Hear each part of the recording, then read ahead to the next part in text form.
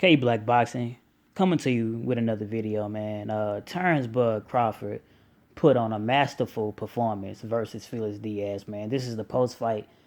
Felix Diaz is not an easy fighter, man. And many people believe he's actually undefeated. He fought Lamont Peterson, and many people believe he was robbed in that fight.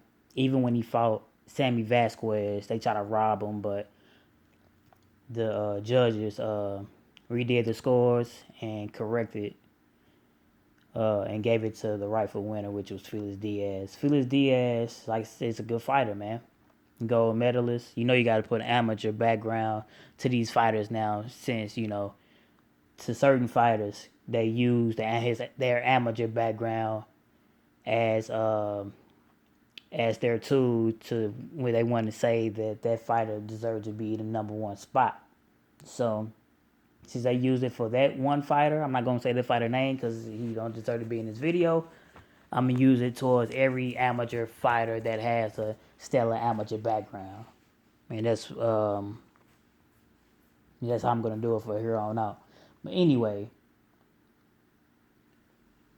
Felix Diaz, it seems as if only thing I'm just talking about him first, man. It seemed like Felix Diaz, the only thing he really was trying to do was come in with the high guard and come in with lunging punches, either left hooks or right hooks, man.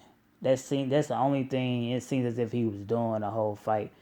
I don't even know that man threw a jab or not. If I'm not mistaken, he did, and if he did, it was maybe one or two. The only thing that dude was doing was high guarding and trying to catch Terence Crawford with lunging left hooks or right hooks. You know what I mean? And it didn't work, man. Because although a few did land, for the most part though, they landed on his shoulder, on Terence Crawford's gloves, or Terence Crawford just got out the way of it because it was coming. He could see it coming from a mile away. Even I can see it just watching. I can see it come from a mile away. And that's the only thing he did, man. If that was his whole game plan, man, that was horrible. Because you're not gonna beat a guy like Terence Crawford. Just think you can lunge punches and move forward and things like that, man. I know Felix Diaz is he is a come forward fighter. He can fight on the back foot as well. He's since he is shorter, he want to get on the inside. But Terence Crawford, man, he negated all of that by basically basically just hold, man. That's how you do it, inside fighter, man. You hold till the referee break you up, and then you get back to the center of the ring or wherever safe distance you need to be in, and continue to box. Terence Crawford, man. What do I begin? Left uppercuts, right hooks, left straights, man. And the punch that really kept Felix Diaz at bay was that southpaw jab, man. That right jab down the pipe kept him at bay the whole night, man. He had the high guard, so one of the punches that can go through a right guard is two of them, but one of the punches that can go through the high guard is a jab, right down the middle, boom. And that's what Terence Crawford was doing the whole night, man. He jabbed the hell out that dude, and also uppercuts. So that's why he was able to throw and land uppercuts frequently. He was able to do counter uppercuts, lead left uppercuts, and when you can start. And I always say this, man, when you can start throwing like lead left uppercuts, lead right uppercuts, or like lead left hooks, or not necessarily a lead left hook, because that if you're fighting in the orthodox stance, the left hand is right there. But if you can start landing lead left right hooks from the orthodox stance, man, the fight pretty much over, man. You know what I mean? Like I said, he was landing lead left hooks, counter punching with the left hooks, man. He displayed, a lot of arsenal in this fight. And I knew it was a matter of time, man. Maybe Felix Diaz was able to, either got a granite chin anyway, or maybe he was able to eat a lot of those punches. It's just because he really is a welterweight. Although he fought at welterweight and junior welterweight, but he's been fighting at welterweight lately. And maybe him moving down where he was able to eat those punches, man, because anybody else would have been put to sleep. I'm just being totally honest, man, because he was able just to land at will at times. I mean, the dude, I mean, you look at the copper punch, the dude landed, according to them, landed 59% of your power punches, man. There's no way you're going to stand up to those type of punches or make it to the distance. And that's the reason why Joel Diaz, his trainer, man, stopped, Felix Diaz, man. He just said he stopped the fight because I think it was the end of the ninth round, man, because he didn't want his fighter to continue like that, you know. And plus, the last couple of rounds, he wasn't even lunging, or he had the high guard state, but he wasn't even really lunging anymore because it was all Terence Crawford show, man. Terence Crawford was playing with him, patting him on the head.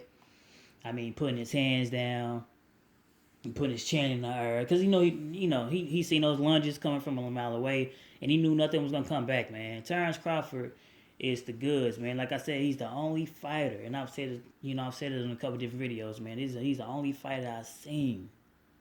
Only one time I had to see him and say, this guy has the goods, man. And he haven't backed down since then. No matter who he fought, no matter whether it was southpaws, lightweight, junior welterweights, or I think it really doesn't matter, man. Rugged fighters, man. Terence Crawford had beat them all, to this point. Man, Terence Crawford, dude, I just can't say enough about this guy, man.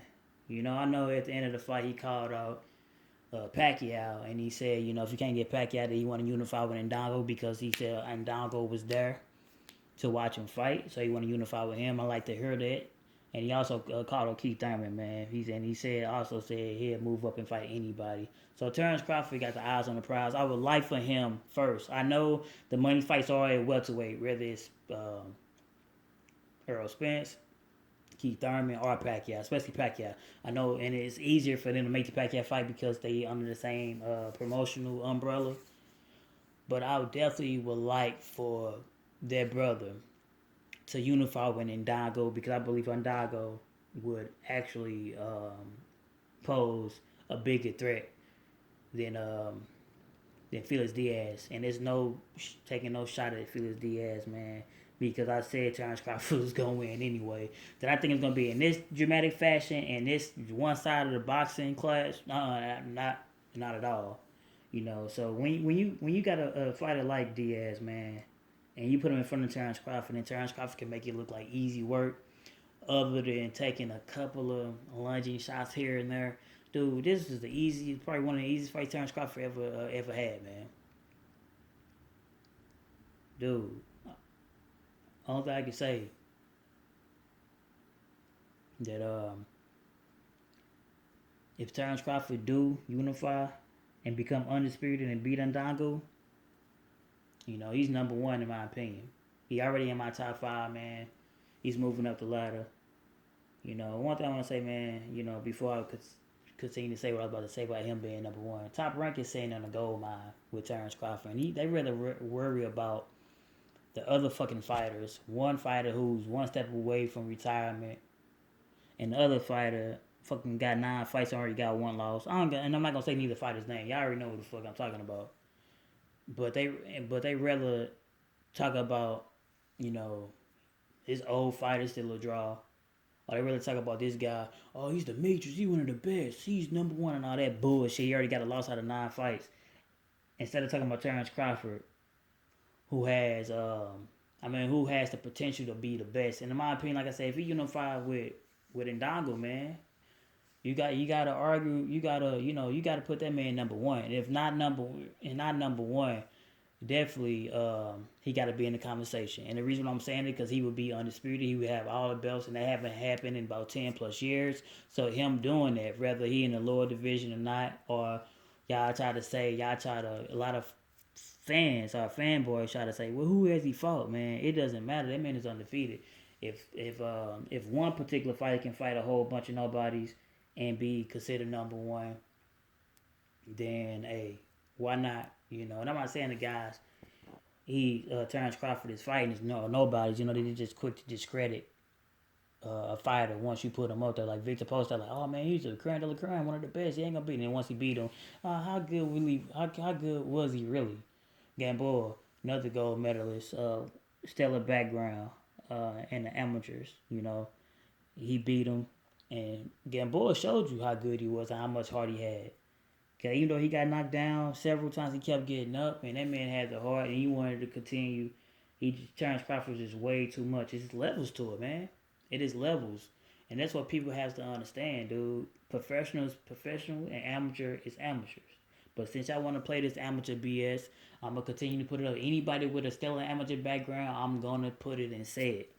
You know, as I said earlier in the video. You know, so I would like to see Terence Crawford unify with and become undisputed by fighting Indongo. But if he go to welterweight and fight Pacquiao, he definitely has the in my opinion he has the leverage in that fight, and it'll be a good fight, man. Terence Crawford is the goods, and he gonna continue to be the goods. He has a good work ethic, man. He got a good team, and that man definitely got Omaha, Nebraska on his back. And the sky's is the limit, man. You know, for Terence Crawford, I don't really see nobody definitely at 140 beating him. 147, he probably gonna have some competition. But before he step in that realm, as of right now, that man, Terence Crawford, is he definitely top 5 pound for pound, man. He in my top 5 anyway, but he definitely top 5 pound for pound. I don't know if he's even there. I haven't even checked the rankings and how they got all that, man, because they change it every other goddamn day. But if he's not top 5, he needs to be top 5, man. And it's no really, it's really, like I said, top rank is definitely sitting on the gold mine. Dude, Terence Crawford can take y'all to the top, man. But if y'all want to continue to put that other midget, the Matrix or whatever you want to call them, on top, then y'all not gonna go anywhere. I'm telling you, y'all not. Terence Crawford is the one that's gonna take y'all to the top, man. And I can see it. And Terence Crawford, phenomenal performance.